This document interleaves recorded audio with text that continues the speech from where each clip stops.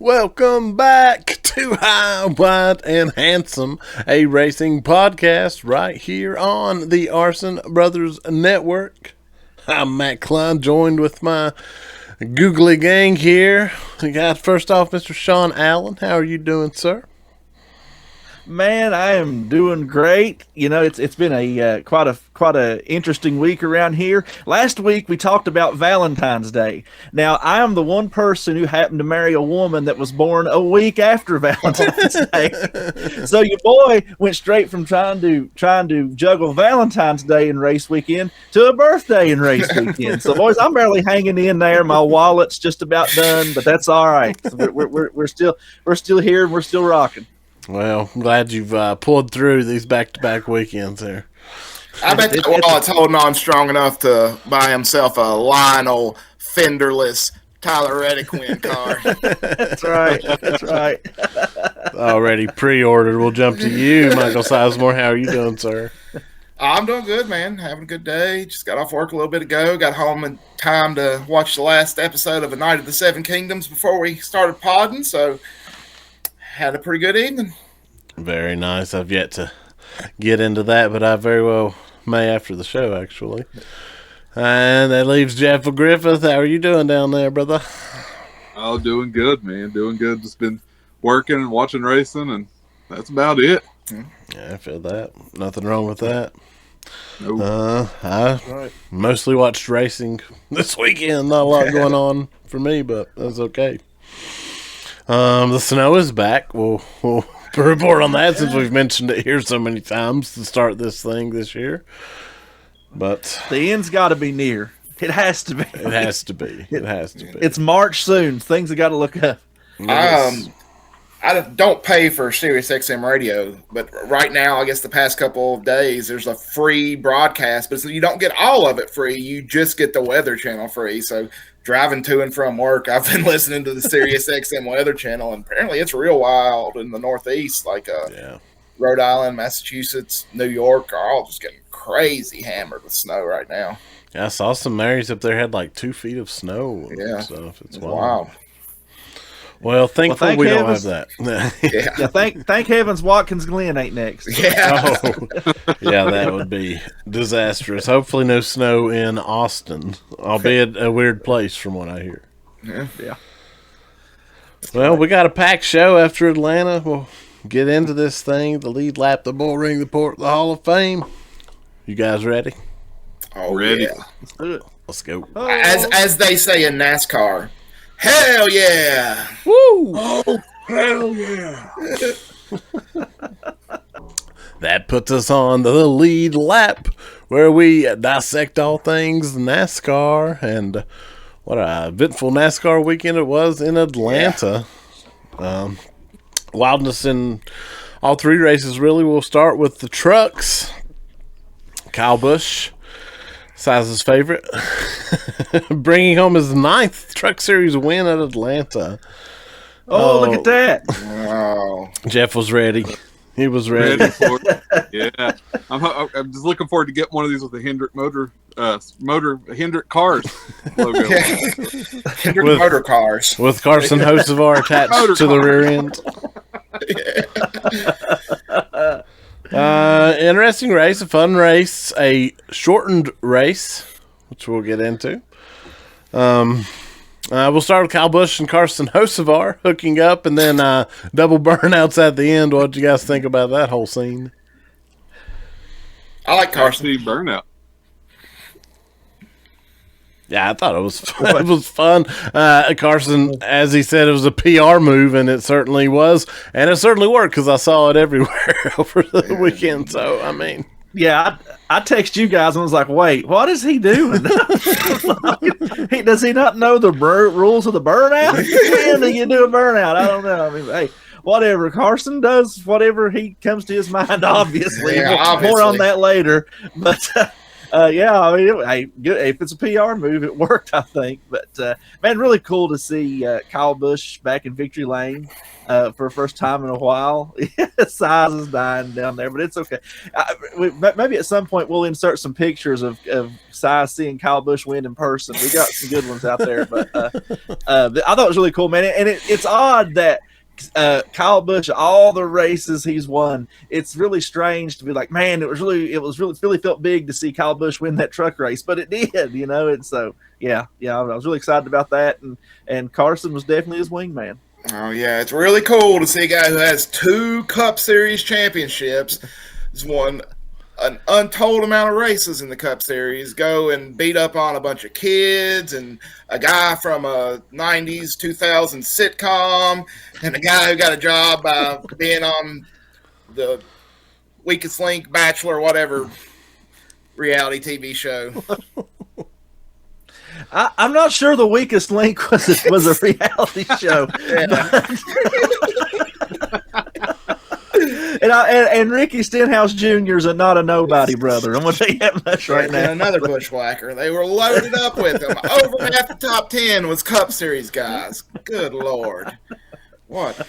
Well, I'd just like to say I kind of personally take a little bit of credit for Kyle's win. I think I sent some good luck to him because me and the family went to Beckley, West Virginia, and we went and ate at Cheddar's that day. I was like, we got to go to Cheddar's. Wearing a Kyle Busch hat, wearing my Kyle Busch hoodie, and I had the Kyle Busch. It was on the menu there. The Kyle Busch approved number 8 chicken platter, and so that was. So I'd like to think that I sent some positive momentum to him there. That's the go-to Cheddar's order of Sean there too, isn't it? It is. When I go to Cheddar's, I like that Kyle Busch special. Sure do. Yeah.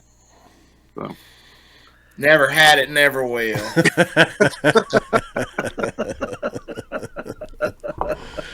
Lordy. I got him tossed in hot honey. I heard that's the Brexton variant of it. Actually. So. Oh. Yeah, Brexton was celebrating as big as his dad, I believe, with that win. He was. Man, that kid, I still think of him as a little boy from seeing him 4 or 5 years ago. He's growing up. Oh, yeah. And same thing with another kid we're going to talk about later in the show. Yeah, absolutely. These NASCAR youngins are just, it's wild to see, just watch them go from little tiny tots to, teenagers. Oh, yeah. They're both coming. We're going to start seeing them, I think, on national stages very, very soon. As soon as age allows. But we'll get more into some of that. Want to mention a few things about the truck race. Adam Andretti made his debut. He was the Cletus of this week. He went out and laid down a fast qualifying lap. I think the quote after qualifying was, "This truck is perfect." Well, immediately he found out how loose it was in the pack and struggled hard. And that's not a downfall. He didn't end up crashing, but I just thought that was interesting. But it was cool to see Adam Andretti, brother of John Andretti. And he's a huge star in the Trans Am world. So, I mean, he certainly knows his way around a race car. But it was cool to see him make his debut. But I thought he was the Cletus of this week for sure. Yeah. I'm not even going to touch the Fox broadcast. I was going to, but Truck Series broadcasts are rough. All the Fox broadcasts are something, but, man, the Truck Series is rough. I had it on mute, so I didn't get to hear it. But I didn't even know Blaney and Logano were on there, Jamie Little, until the end when they showed them. Well, that didn't really help much, and as said, as a not a Logano fan but a Blaney fan, but it was. Anyway, but the controversy with the time thing, we have saw these adverse conditions, these timed rules before, usually for darkness, occasionally for impending weather. This time, from everything that's come out, it was impending for the CW broadcast that apparently had to start on time. I mean, which I get, but also it was 10 laps. They did 30 minutes of pre-show. I just feel like something more could have been worked around there.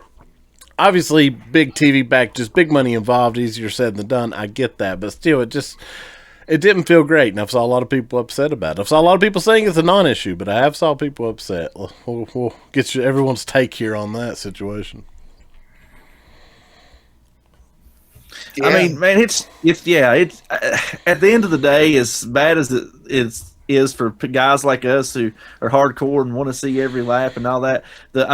The sad truth is TV kind of rules the world when it comes to racing right now. And I mean, I don't understand it. We were talking a little bit during the race. I was convinced because CW had a lot of pretty big football games through the college football season. So I thought surely, a basketball game or something was following it, and that was probably they were pushed against it, but it wasn't. It was some WWE biography kind of thing. It didn't even sound like it was news. So I don't know. I mean, I would like to have seen every lap, but I will say too, I think the time definitely does cause a bit more urgency, quicker than you'd expect, and there's definitely some pluses to that. But in general, I didn't quite understand what was going on. Yeah, I have all praise that it did get on with the race and create sort of the fun finish we got. But the cutoff time was what, by 4:20, right? Yeah, which set itself up for so many memes, but nonetheless. Well, I was just assuming that was part of the hell yeah marketing. Like, the Attitude Era RVD 420 type thing. So, you may be going to sponsor a truck. Yeah. I mean, Kyle Busch needed the 3 Chi on there. But... Mr. Saturday Afternoon.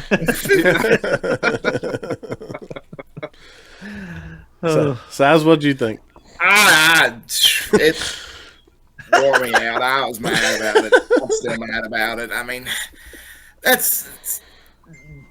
you're just disrespecting the race. You're disrespecting your own series, and you're giving more credence to some broadcast network that hasn't been with your sport but 2 years, and putting them above one of your premier series of racing. I mean, the third biggest series of racing in America. Maybe fourth after IndyCar, but still one of the biggest series of racing in America. And you're just saying, look, guys, we know you're supposed to run a full race, but CW's got to sell some commercials for 15 minutes, so get on out of here. I don't know. It ticked me off. It did make for a fun finish. I'll agree that the finish was, hot there after they announced the 420 time limit strike in there. But I mean, we might have had 10 good laps of hot racing. You don't know. You just took it away, so we'll never know. I mean, honestly, we probably would have had 10 good laps of hot racing just because of the way that everything raced this weekend. I think every lap pretty much was exciting. So, yeah, I mean, I agree with you there. Yeah, I thought it was a bad look. I'm not there, don't know the ins and outs, not making the decisions, but I did think it was kind of a bad look. Although, I mean, props that we got both the races in with the weather situation, I guess. So, yeah. I mean, there's goods and bads. Speaking of the weather situation, now, if you've been a long-time listener of High, Wide, and Handsome, you know that during our first ever broadcast season, what was that, like 4 or 5 years ago? Yeah. I told everyone about the Joe Gibbs Racing secret weather machine that Joe Gibbs Racing uses to manipulate races. Well, I do recall. So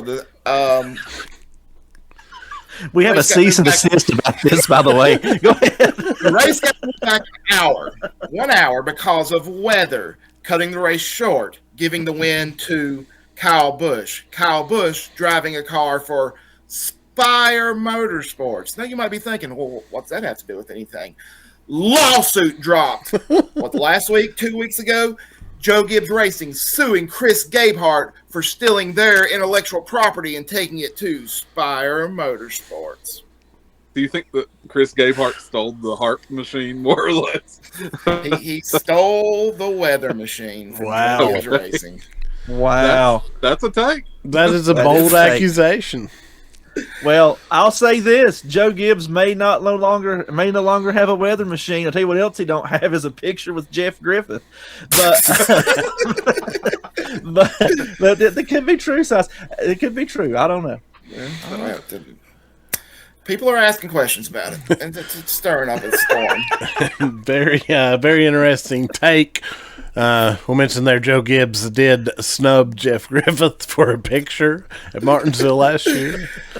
And, we'll get into that just quickly since you mentioned it. So The weather machine? So vividly, not the weather machine, but the Chris Gabehart situation, which apparently does involve a weather machine. I didn't realize that going in. Nobody else knew either. Whether it's fine. We're breaking stuff Bob Cockers and Jeff Gluck ain't even got a hold of it. There you go. They couldn't handle this information. No. Another Chris Gabehart being sued for, well, I guess Spire being sued for $8 million by Joe Gibbs Racing. Chris Gabehart supposedly taking intellectual property there. Of note, it came out Chris Gabehart was being paid $1 million per year by Joe Gibbs Racing, and apparently was frustrated and left because he wanted to run everything, and they didn't want him to run everything, whatever that means. But a very interesting situation. Just when we thought we were finished with NASCAR, it's back. Yeah. NASCAR Part 2, the courtening. But yeah, I don't know. I mean, I don't know. Who knows what it is? I don't have enough information really to make any type of comment. But Spire certainly is running better. They're definitely running better, yeah. Got a giant weather machine, might help run a little bit better. But yeah, an interesting situation there that I guess we'll see how it plays out. That's all we can do. Well, I don't know. All I can tell you is evidently if you're involved in NASCAR later on, you run better no matter what. Yeah. So, more on that. That's true. Yeah. That's true. Worth mentioning before I forget, Gabehart was not, I guess, cease and desist as far as his working operation. He is still working and running things at Spire, so just thought that was interesting as well. Yeah. We'll move on to the O'Reilly Auto Parts Series, where we saw Sheldon Creed finally break through after 15 second place finishes. Yeah. Which is nuts. But he certainly owes a huge thank you to one, and Jeff's got the shirt on there for the Cup side. It's Ross Chastain, who, well, really, I think Austin tried to throw a block, although they were both pretty well at the bottom, and Ross wasn't listing for nothing at that point, and sent Austin spinning and Sheldon to that first win. Yeah. Hey, the patron saint, Ross Chastain, doing the Lord's work on that one. Yes. Everybody said Big Country couldn't be passed, and Ross said, I'll show you how to get it done, boys. But, yeah, man, good for Sheldon, man. Wow. It messes with my mind to think about that was his first O'Reilly win, because number one, he did, 15 second-place finishes. And we did see Sheldon was so strong in the trucks for all that time. So it's wild. But, hey, props to him, man. I thought that was a really awesome win to finally see Sheldon get it done. And definitely props to Ross, too. Yeah. Yeah, absolutely. Last week we made our predictions for this weekend, and I predicted that Ross would win at Atlanta. I'm going to make this thing that I think I was right. He did win because he was the hero of the weekend because he kept Austin Hill from winning. He was number one. On some level. He might not have won, but he gets the MVP trophy. Yeah. He was number one on the track and in our hearts on Saturday. I can tell you that. Yeah. Nah, but we rag on the guy. We're not big fans of the guy, but 2 weeks in a row on super speedway, plate tracks, drafting tracks, whatever you want to call him, Austin Hill, he's so good on those tracks. He's a monster, man. It's wild. It is. That's what I was about to say. As much as I hate to say, you can't take anything away from Austin Hill because more or less he won that race had Ross not driven the back of him and won it. There at the end, just does what he does, drove to the front, and no one could pass him, and still really no one passed him. Which, obviously, personally, I liked how it happened, but he still didn't get passed. We even got to give him credit for the save after Ross got into him. Yeah. That should have been a wreck. That save was crazy. It was. I find it interesting, and my wife Megan asked me during the race, and she's become pretty much a race fan at this point, for more or less. But she asked why Austin Hill doesn't have a cup ride, and it is an interesting question. Is it all from personality and things he's done? It's because Joe Gibbs is full and he takes all the dudes like that. My humble opinion.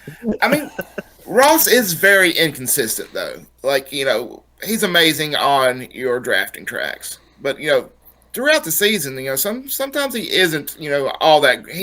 Which, I mean, that's kind of like half of RCR or all of RCR's drivers in the Cup Series. I mean, none of them are very that consistent anymore. Except for Kyle Busch when he's in the truck facing lesser talents. Yeah, I mean, and I think it's interesting they're giving Jesse Love some starts in a third car, and Austin, although he has made some starts, I think, for Beard Motorsports and other places in the past, but even RCR doesn't seem to have that interest in him at the Cup level. No, it doesn't seem like it. He did get a couple of starts last year, right? Yeah, he has. He has. I know for Beard, and I think even for RCR as well, and very well, and probably will again this year. But it don't seem anything a path going for full time. Although the end of this season, we're a long way from it. But the silly season's going to be really wild. There's a ton of contracts up, so who knows? Yeah. But I thought it was an interesting question, and I agree with you, Size. He does have a lot of inconsistencies, and thus is why he's that championship has eluded him in the O'Reilly series. So, but I did find it interesting. Before we move from O'Reilly, we'll talk about the Corey Day experience at Atlanta.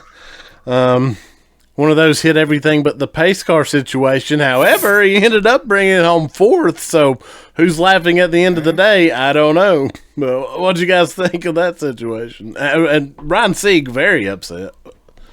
Yeah. I don't know. I was getting pretty frustrated with him at points during the race, but I mean, who knows? Like you said, he ended up fourth. I mean, he's doing the Carson Hocevar school of wreck anybody you need to get where you need to be, and I mean, fourth place.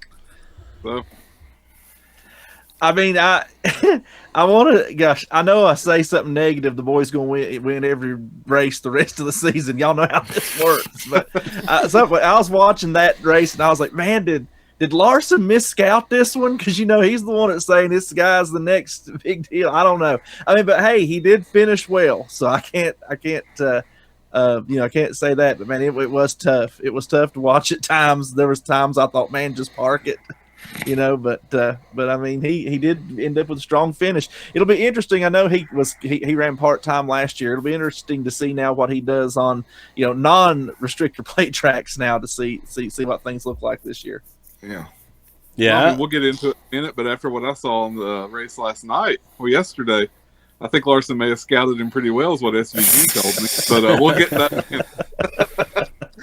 Yeah, I think it's going to be interesting to watch Corey's growth.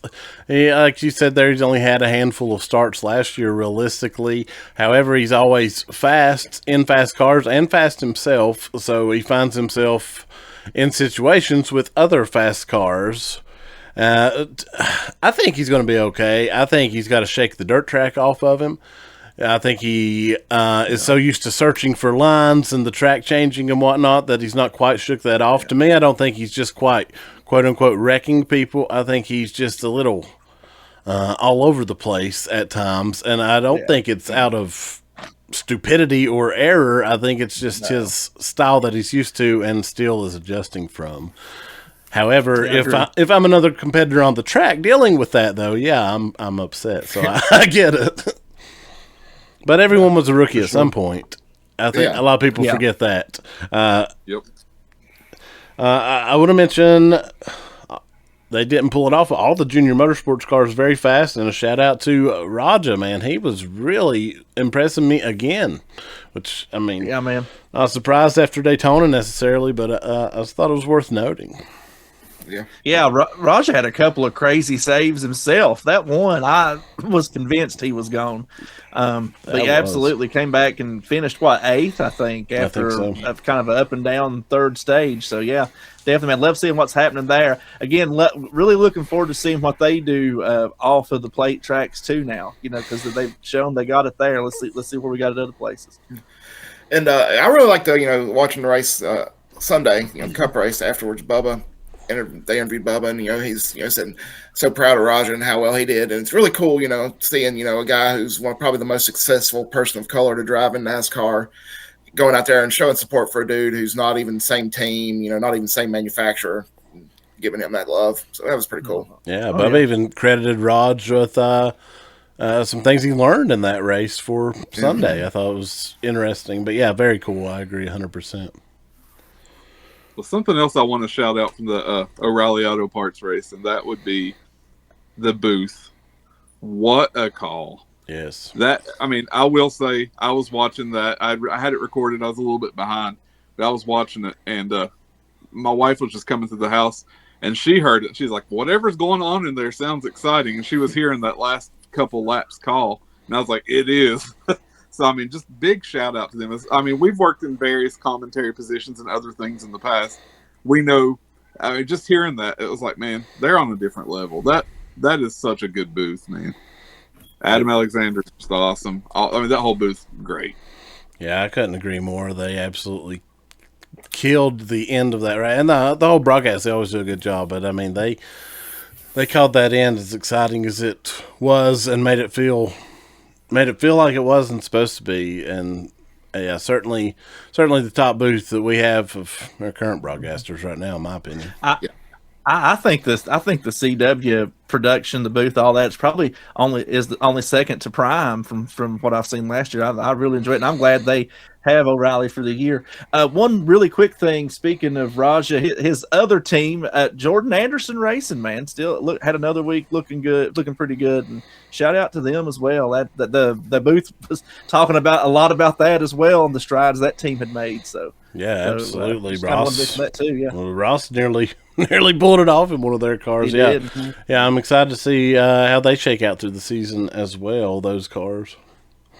Yeah, what the part they're calling that number 32, their superstar car. Yeah, it's got that rotating cast, so it'll be a lot of fun to see what happens there through the season. Hey, a lot of the day, Jeb Burton was looking really good. I thought for a moment there, I was like, he's going to get up there and make this interesting. I love Jeb, so yeah, hearing on that. Jeb usually does pretty decent on the big plate tracks, drafting tracks, whatever. I guess his only win came at Talladega. I know it was a rain short in Talladega, but he ran well enough to have himself up front there. Yeah, Jeb's good on the drafting tracks. Yep. All right, we'll move into the Cup side of things, where we saw back-to-back opening winner for the first time since 2009. Tyler Reddick wins it without a right front fender. Literally. Yeah, busted up car. Taking it to the lead, though. Yeah, it didn't slow him down. We saw a wild ending there. The first attempt at it, Carson Hocevar tried to go through an arguable gap.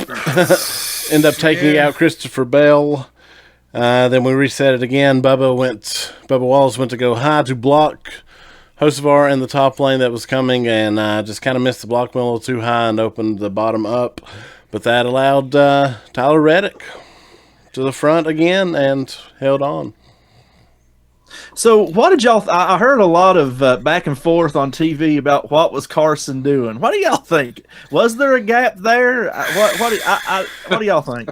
I think there was a gap for a very split second, and I think he just don't care about a split second or thinking. And also worth noting, Ross was pushing him like there was no end. So how much actual control he had realistically at that moment, I don't know. But, he certainly went for a gap that was a gap is even a strong word for what it was. But Bell did go a little wide, and I get what he was thinking. I've saw a lot of people, and rightfully so, comparing it to 2014 Texas Brad Keselowski, who end up with half the field trying to fight him on pit road after the race, if you'll recall. But I don't know. A lot of people say there was no gap. I'm surprised that Bell didn't try to find Hocevar after the race. I guess maybe that's just not his personality, but I figured he would be riled up and ready to do a little swarping. I figured Bell's wife. might come after Carson Hocevar. I think that's the more fiery of those two. Yeah. For sure.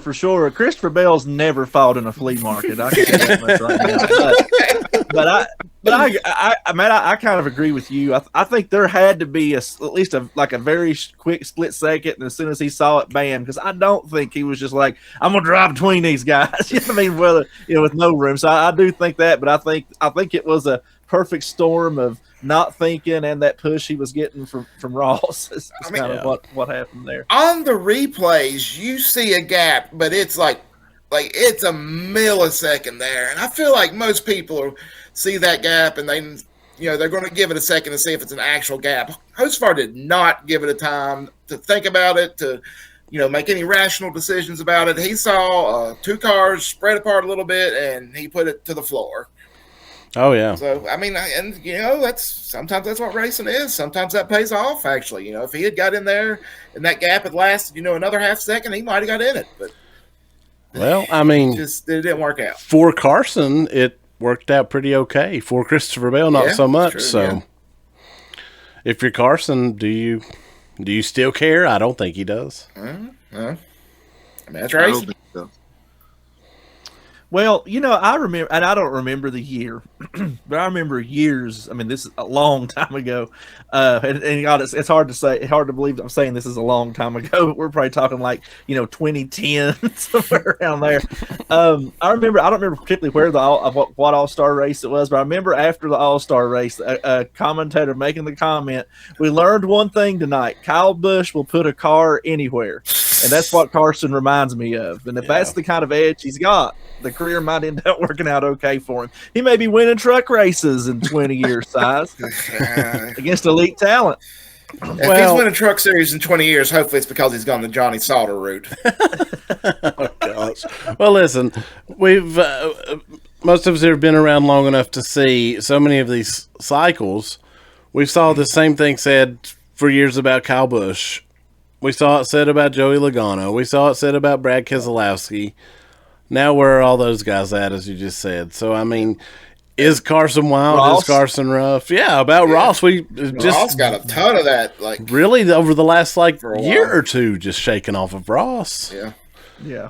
And well, Rick Hendrick shook him a little bit. Yeah, that is true. That is true. And also remember, Carson originally was Ross's little protege at Nice Motorsports, if you've been around long enough. So, I mean, he kind of learned from the stick it in anywhere. And it's worked out okay for Ross, and I think Carson's going to be just fine. He may have to learn how to fight, although I saw no one actually do anything about it on track or off track. I wonder is because, like what you're saying, I see so many people saying this and that about him, but why has nobody confronted him? Yeah, nobody. Ricky did. Yeah, but that was the closest I saw to anybody actually even doing anything. And Ricky didn't really do anything. Ricky didn't give him the Kyle Busch treatment. No, just got in his face. That's as much as we saw, and even that's been few and far between, nor on track. And not that I'm condoning either, but everyone complains about him all the time, but no one really steps up to do anything. So he's going to keep doing it, and it's working for him. I mean, his win's coming, I do believe. Oh, yeah. You know what else is working? Yeah. Publicity. I mean, honestly, at this point, I follow so many different accounts and stuff. I saw more Carson Hocevar talk than any other driver today. He didn't. I mean, besides maybe Tyler, but Carson didn't win that race. But you would have thought so, as much publicity as he's gotten from it. He is good for the sport. I mean, he makes me mad sometimes. I really like Carson. According to what he does, sometimes I'll get aggravated at him if it's somebody I like that he gets into. But at the same time, he's really good for the sport, and I mean, he's fun to watch. And I think he's probably the most prominent example in the Cup Series of someone who's connecting with younger fans as he's doing his Twitch stream. He's on there, iRacing and other gaming all the time. He's constantly online. He does just these online shenanigans and videos that, I mean, are probably a little old for us and our generation, but the younger kids love that kind of stuff. And, I mean, some of it us too, not to say that. But I think he's doing a lot to draw in younger fans, maybe more than any of the young guys at the Cup level. Yeah, I really like Carson. I mean, he was my pick for this year to be the have his breakout season.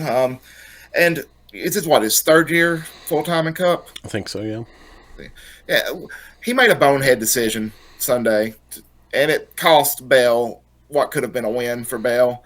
But, I mean, what driver do you know that didn't make bonehead decisions in his third year in Cup and cost somebody who's probably better than him a win at some point in their career?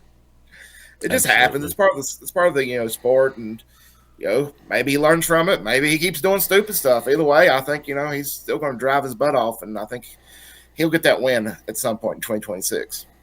I think so. I hope so.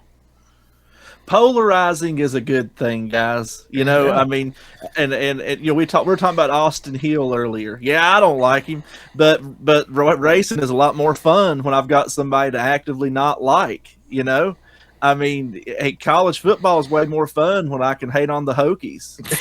I mean, that's like anybody with any sense does, right? But really, I mean, so the guys that and what happens is so many of those people, you either love them or hate them, right? There's not much in between, and I think that's the trajectory Carson's on, and that's good. I mean, as Dale Earnhardt said, I'm not worried unless I get out and they're not making noise. So, yeah, absolutely, you nailed it right there. Before we move from the Cup Series, and we'll get our predictions again at the in our end segment, but we'll mention our fantasy league. We saw the champion, the reigning champs, the Isles, pull off the big win this weekend and move to the points lead. And move to number one in the points. That's right. I'm back on top where I belong. I was the Corey Day of fantasy this week. I just couldn't stick the landing he did. I swear, if they were Matt and I had almost the exact same team, and I'm telling you, every driver we had, I looked up and they were spinning, they were hitting the wall, I don't know. It was a rough week. It was rough. Maybe I was the Tyler Reddick this week. Took a little bit of a beating early on, but when it came time, right at the top, number one. Yeah. I hope Michael Jordan carries you around too. He came by and picked me up. Our crew chief, my dad Kendall, in a second to you, he had Reddick as well. He was freaking out when he wrecked. Then just a few moments later, he was like, "Take the fenders off of him." I went with both 2311 boys this week, and both of them did me well. Carried me pretty much because I had, I think, Kozlowski, and he was kind of far back there. And hey, I do want to mention one thing real quick. Looking behind the curtain here, I was looking at the show notes and we're talking about how we all whiffed on our picks for this week. But I'm claiming I won with Tyler Reddick because I picked him before the season started. So I'm claiming I didn't completely whiff. I predicted a breakout year, and we're seeing it before our eyes. There's a lot of claims of victories tonight. I don't know.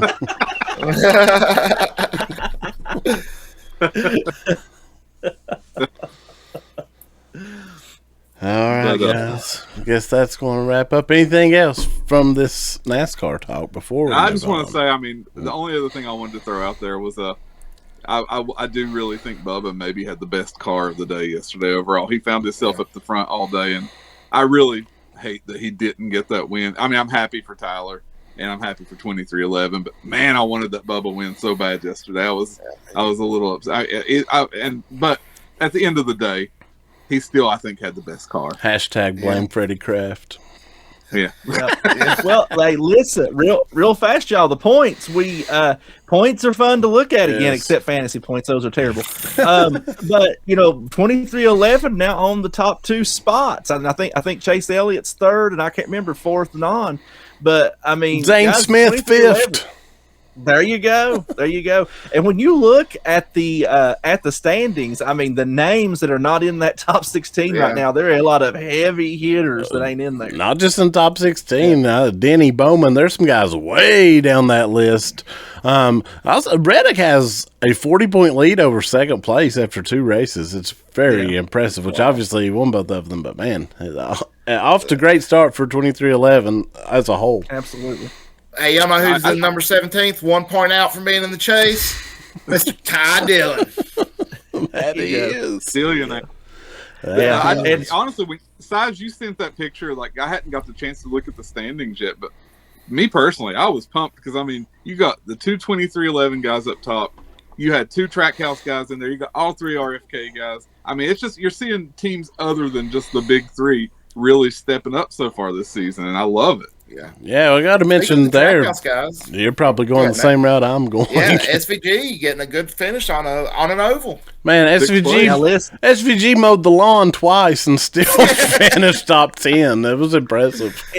And I've said it forever, but when SVG starts figuring out how to get solid, not even winning, but solid finishes on ovals, top 15s or so, the way he is on road courses, he can be a big problem. Yeah. So I think he might have figured it out the way it's looking. The super speedways. Now, I would argue that a lot of other tracks are a lot different situation, but super speedways for sure. Yeah, he's got super speedways rolling impressively. I'm very intrigued when we get to some other ovals, and certainly as we got this week a road course, he's going to be dangerous. But yeah, that's going to be super interesting to watch. But really good job by them and all the Trackhouse cars. Connor was fast and did a really good job for at least half that race before getting caught up in a situation as well.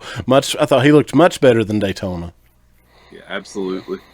Also, props to Daniel Suarez, the sneaker of Atlanta, always snuck right in there again, was a factor even kind of in the finish, albeit right outside the window there, but I thought that was cool. All the Spire cars, for whatever reason, are looking pretty good.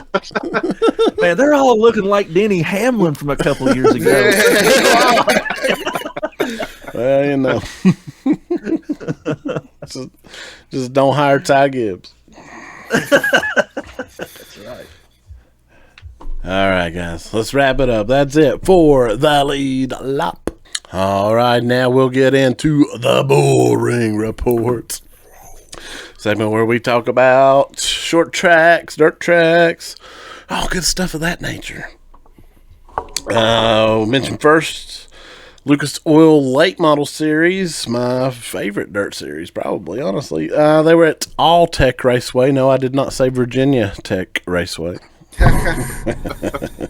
In Florida for a 3-day show. That was on Flow. I checked out all 3 of these races, actually. Thursday night, Brandon Shepard pulled off a thrilling win over Devin Moran. They had a fantastic race, and then we turned around Friday. Devin Moran absolutely turned around and dominated Friday. He was on a rail. And then Saturday, the big money main event night, Hudson O'Neal charged late for the big win, but it was a fun weekend of racing with the Lucas Oil Late Model Series. Did you guys happen to catch any highlights or anything of that? Hey, I'm going to jump in here and say, if you're one of the who aren't paying the money for Flow and you're on a podcast about racing and Flow hasn't given you all free subscriptions yet, but you're still waiting and hoping that it'll happen. If you have Amazon Prime, apparently Prime showing some of the, like that Saturday night main event was on Prime. So very nice. I didn't realize it until after everything had happened, so I didn't get to watch it, but I clicked, was going to watch Fallout, I think, and I saw it on there, and it was just the ending of the show and stuff. But that's pretty awesome, So if you don't pay for Flow and you have Prime, some of those Flow big races are going to be on Prime, I guess. Do you know if they archive them after the fact? I don't know. I haven't looked to see. I'm not sure. That might be a nice little post podcast viewing for me. It may be just because it was too soon after, but I tried Saturday night to get on there and it said something like this broadcast had ended or something like that. So I'm not 100% sure, but I hope so, man. I want to seek out like what that schedule is, because I definitely want to check some of that out. I did see they at least have one more upcoming on Prime, because when I was looking up results and stuff today, it popped up the Prime link for an upcoming Lucas Oil Late Model race. So there's at least one more, and probably more than that. So yeah, that's awesome. I love the Lucas Oil Late Model Series. Size, you and I got to see this series, 2021, I guess, on Bristol when they had the dirt track covered, which was an incredible, albeit very cold night. Freezing cold, but so much fun racing to watch. It was awesome. I'd love to get to check out another Lucas Late Model race, because that was great. Yeah, absolutely. Hopefully that's something we can pull off sometime. My other favorite dirt series, the High Limit series, announced their midweek series will return for, I think this is the 4th year in a row. And this kind of for me, this is what they've built their name on, is these midweek Thursday night one show kind of races that they a lot of times they'll accompany near the NASCAR event, and it's really helped. But they've announced that, and I think 5 of these, maybe more, at least 5 of these races in the midweek are going to be simulcast on FS1 along with Flow, and one of them on the NASCAR channel on Tubi. Cool. Awesome. Yeah, I really like High Limit too. I really like the reality show. What was it called? Dirt. That they got into the big time into Flow in the second season. Yes, I mean rolled into Flow into High Limit in the second season. So yeah, I definitely looking forward to seeing some of those on FS1 and on Tubi too. Yeah, absolutely. Thought that was very cool. Glad they're doing the midweeks again, which I mean I think everyone expected it, but glad to see some national coverage for that. A very fun series, and a series that tries to make it entertaining. I mean, obviously the racing, but also just the spectacle around it. They do a very good job. They make a nice TV package the way they do things. Brad Sweet and Kyle Larson being the owners, interestingly enough. Yep. And final news of the Bullring just announced today, but some big news. I think surprising to a lot of people who thought this hot young shoe was going to go more of, I think everyone thought more of a Chevrolet route, and a Hendrick development contract was coming, but no, TRD, there it is. Oh, TRD snuck right in there and have signed the 13-year-old phenom known as Keelan Harvick. That's wild, man. 13 years old and already has a deal with Toyota. That's crazy. Yeah, I saw that you posted that earlier on the account today. I was at work, so I wasn't really getting to check as much stuff as I wanted to. But I just happened to look on the on our Instagram account. By the way, if you're not following, go follow High Wide and Handsome Pod on Instagram. But because Matt's always posting the coolest stuff on there. Yeah. But I saw that, and it just I messaged you right away. I was like, "Holy crap!" I was like, "That's Toyota securing something big for the future." I guarantee it. It's all right, Keelan. I'm more of a Brexton guy anyway. We still got it. Don't worry about it. No, man. But for real, I won't lie. I was shocked because I was confident that Keelan was headed to Chevrolet. Just with he's had the HendrickCars.com sponsorship for what feels like ages now. But good for him, man. It's just like I said, it's wild. 13 years old, and you're locked into. Really a racing future, because we know Keelan has talent. We've already seen that. So, man, good for him, man. That's awesome. Yeah, it is wild, but absolutely, Keelan's been phenomenal to me. Really the most impressive of these, the NASCAR kid bunch that we have right now, if I'm being honest. Although, worth noting, he is the oldest of kind of the crew I'm talking about. So, but they're going to do... I don't know, dozens was the announcement, I think, of late model races this year, mostly for Rackley Ware Racing, which also has that truck team, of course. But yeah, I really didn't see that. I'm not surprised he got a contract at 13 necessarily, but a little surprised it ended up being Toyota. And we never saw Kevin Harvick, his dad, in a Toyota, so really no connection there. At least none that presents itself face forward. I really hope that Toyota signs Wyatt Miller next. Oh, my goodness. Now, that would be something. We have never saw an Earnhardt in anything with a Chevrolet, so that would Dale be Jr. wild. will off some people. Yeah, I don't know. I don't think that's going to happen. That would be shocking. But yeah, that's another one of these up and coming who end up, if he don't get out of those Baja trucks, he loves those super trucks. So who knows where he ends up? But I think he's got a ton of talent as well. Yep. Anybody got anything else for the Bullring Report this week? Still a little cold on the short track side of the seasons. Yeah, we're getting there, though. I mean, locally, March, I think a lot of our local tracks start rolling cars. So it's almost time. That's right. Yep. Yeah, we're getting right into it. We can't wait. All right, we'll wrap it up, though. That's it for this week's Bullring Report. All right, now we'll go beyond the banking, where we talk about other major series, more open wheel stuff, I guess, F1, IndyCar, No, maybe occasionally with NHRA here, but this week it's all about IndyCar. First race of the year coming up this weekend, St. Petersburg on the street course, and worth noting, thanks to, I guess, the Fox deal really is how this came about, but it's a doubleheader with the NASCAR Truck Series, which pretty cool, and we have some pretty big names from the open wheel side in this truck race. Dario Franchitti, he's done some NASCAR stuff, but Dario Franchitti in a Tricon truck with 7-time Cup champion Jimmy Johnson as his crew chief. That's pretty wild. James Hinchcliffe, I think, is racing in this as well in the truck race. But yeah, I'm excited not to get off just on the trucks, which I'm excited for that, but I'm excited for the return of IndyCar, certainly. Yeah, I think it's going to be a lot of fun. Man, I thought Dodge was bringing all the gimmicks, but Dario with Jimmy Johnson as his crew chief. Tricon's like, hold my beer. Let me show you how to do this. Wild, man. Wow. Yeah, that is wild.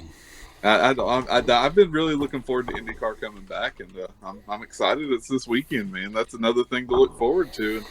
I'm a big fan of the IndyCar series, so looking forward to that. Every year I say I'm going to watch more IndyCar, and I watch the 500, and that's it. This year I'm going to watch more IndyCar. I get it. The 500 certainly is spectacle. I love the month of May, but man, I've really got into IndyCar over the last. I've always dabbled, but over the last few years, and if everything goes accordingly, I'm going to try to attend my first IndyCar race this year. Although tickets still not on sale for said Nashville race, and I don't really know why. But nonetheless, I think Meg and I are going to be in Nashville at the time of the IndyCar race, and if it all goes as that, we're going to try to go to it. Never been to an IndyCar race. Oh yeah, that'd be awesome. I'm somewhere between Matt and Size. I dabble, keep an eye on it, but don't watch it religiously. But would love to go to one. That's super cool, Matt. I think that'll just be a whole unique experience. Yeah, I hope that works out. But yeah, excited for IndyCar to get back rolling. We'll see what happens in St. Petersburg. You never know in Florida. It's time to go halls to the wall. It's the Hall of Fame, where we show you some of our cool pieces of NASCAR merchandise and memorabilia we've picked up on the way on our trips around the country. So tonight, Mr. Matthew Klein has a little piece he wants to show us. What you got, Matt? Oh, that I do. This is a piece I found in an unexpected spot, which, I found in Knoxville, Tennessee. I guess that part not really that expected. Still in a bit of racing country, but at a Comic-Con. And I assure you it stood out like a sore thumb amongst all the nerdy affair that was at this booth and at the con in general. But as soon as I saw it, I was stunned and pretty much immediately purchased it. It is, let's see how it shows up, matted and signed Dale Earnhardt.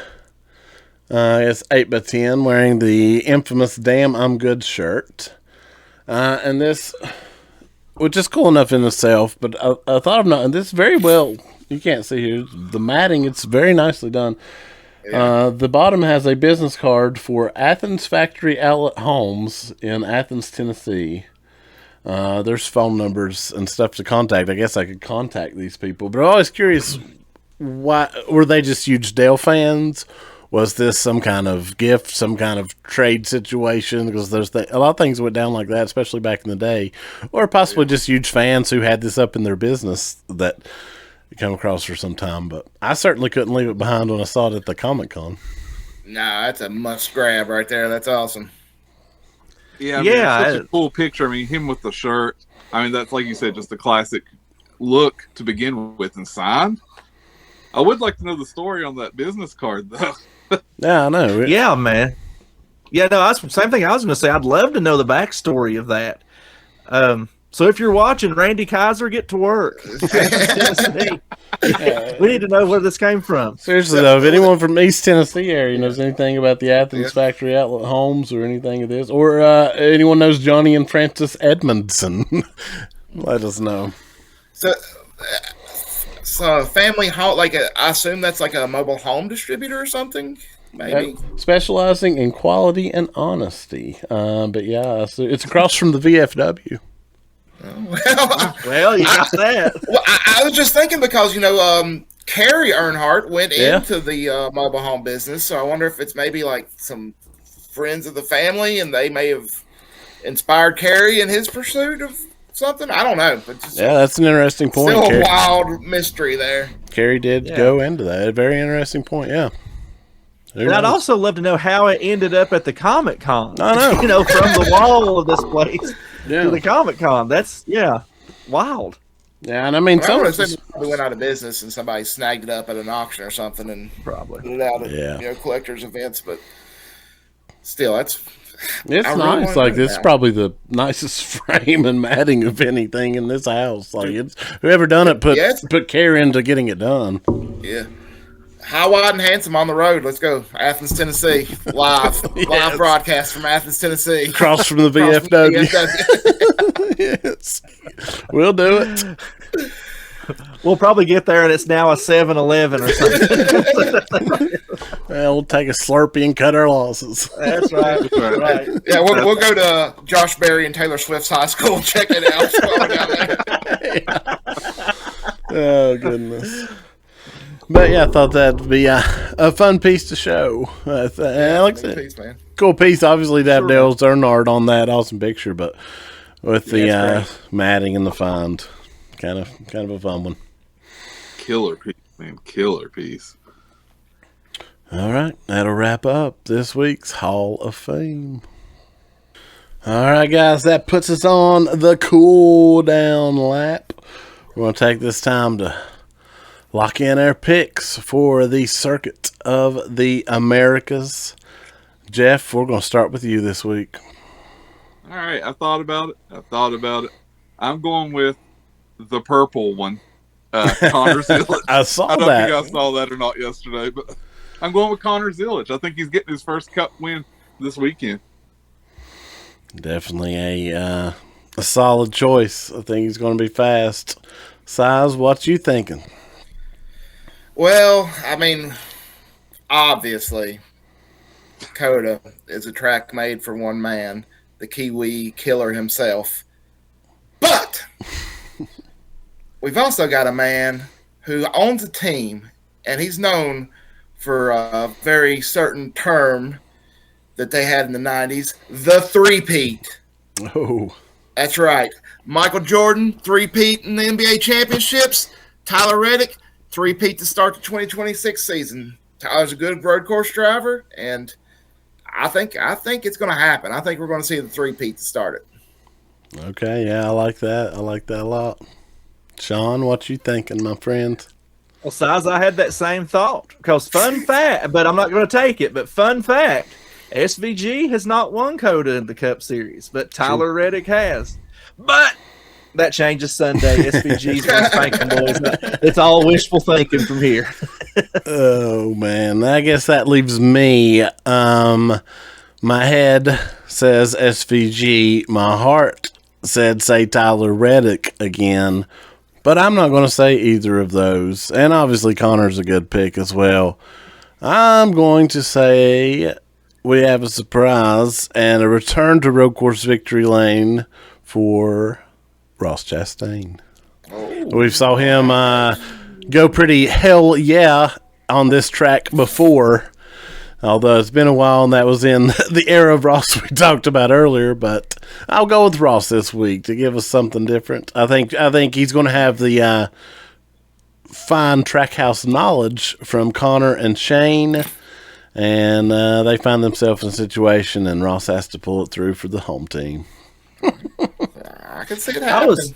I was looking last night a little bit at previous COTA races because they've been stuck in this weird spot, and I have a hard time remembering them. And I think all those are really good picks. I truly do think SVG is going to win.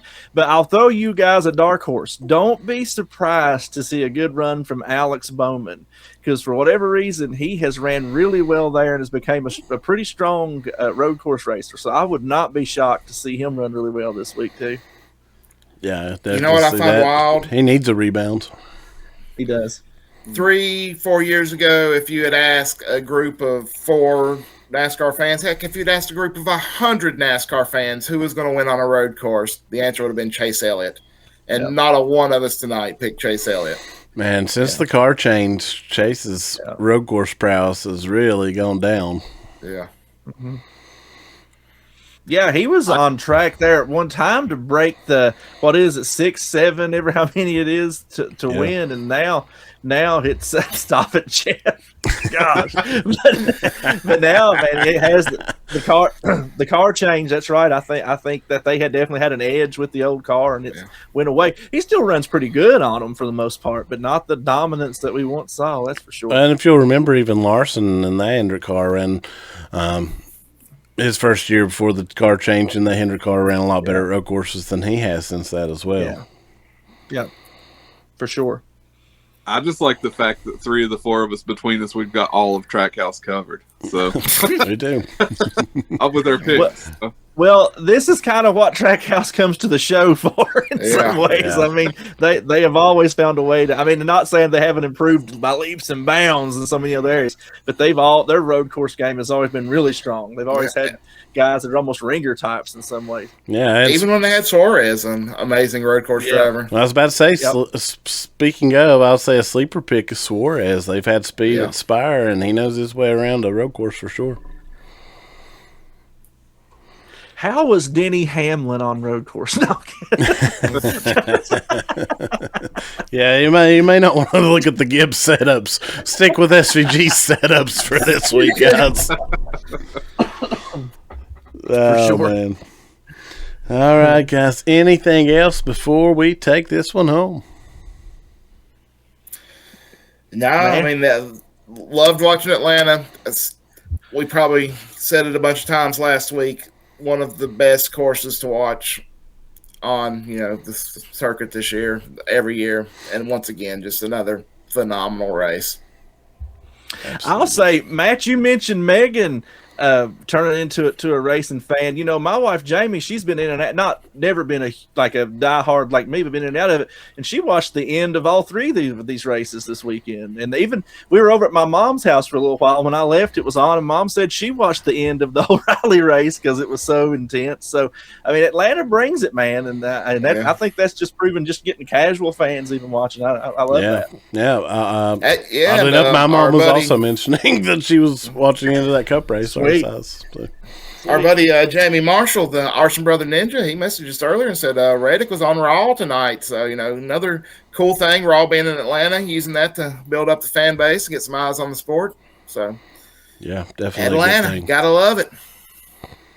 Now we'll keep Austin weird this week. I'm excited for COTA, first road course of the year.